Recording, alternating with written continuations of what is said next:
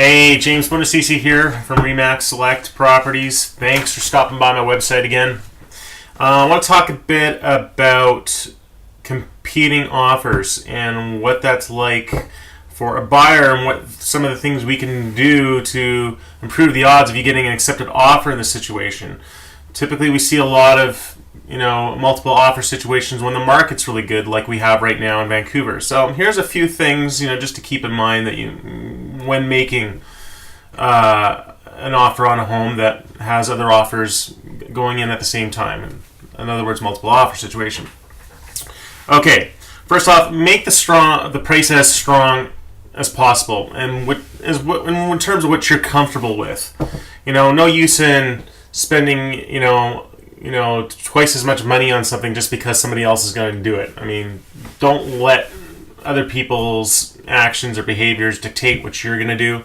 Talk to your agent about it. Get them to pull up some comparative past sales in the neighborhood or in the building that you're buying. That can be very helpful in determining what you're comfortable in paying. Also, you could have financial restrictions based on what you're pre-qualified for in terms of your mortgage.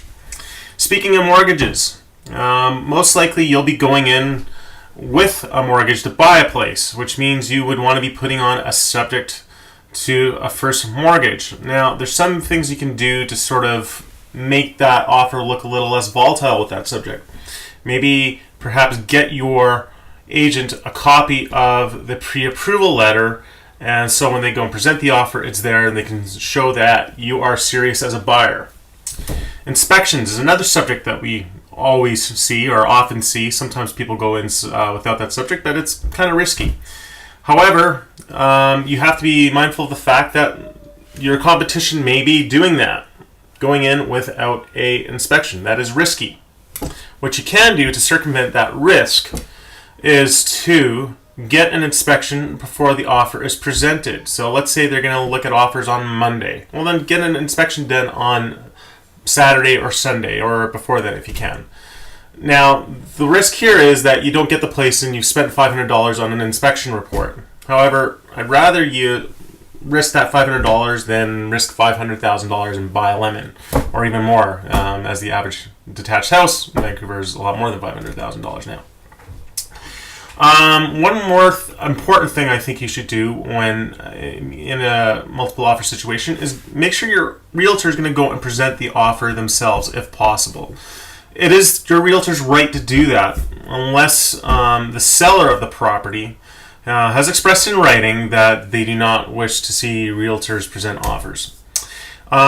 I like to present offers in person myself because it lets me talk about the offer itself and its advantages over maybe others, and really talk about the strong points. Lets me talk about my clients, the purchasers as well, and who they are and what their intentions are of the property. It also gives the seller a chance to ask me questions about my clients, the purchasers, just to see if they're the kind of people they want buying the place, and if they're really serious about buying. These are things that the listing realtor doesn't know because they don't work with the client. So there's just a few things that you can do to help your chances of getting an offer accepted in a multiple offer situation. There are other things you can do as well. Please feel free to give me a call at 604-626-9734, or give me an email at info@jamesb.ca, and be happy to respond to you that way as well. Thanks a lot for stopping by again.